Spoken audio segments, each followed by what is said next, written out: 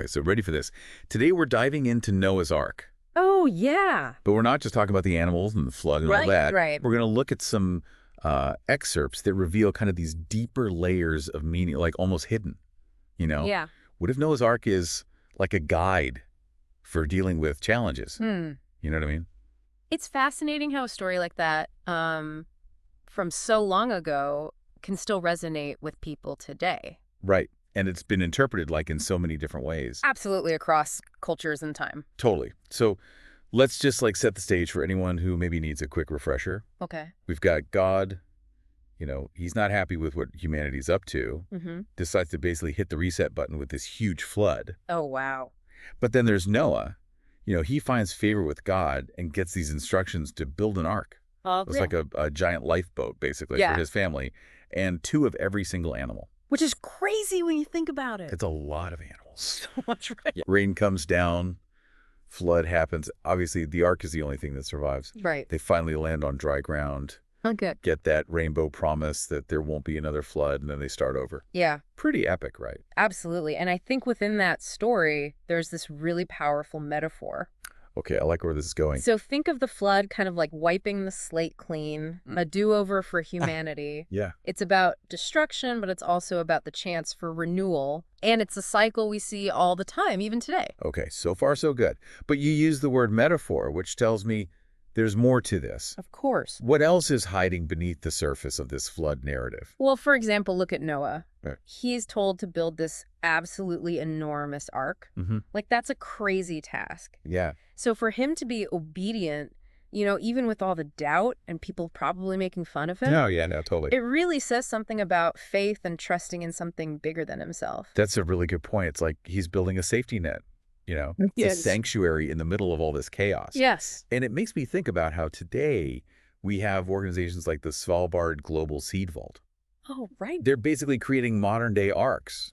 That's a great comparison. Right, to protect all this biodiversity in case something catastrophic happens. Yeah, exactly. And that connection to today is really important. It is. The ark itself symbolizes preservation, like safeguarding what's valuable during times of crisis.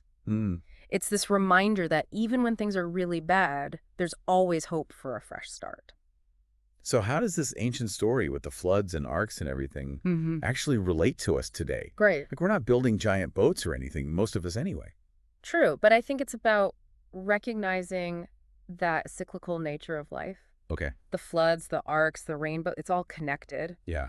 Think about the challenges you've faced in your life, Those moments when it feels like everything's too much. Oh, yeah. Like a personal flood that's going to wash you away. What were your arcs in those situations? Was it your support system?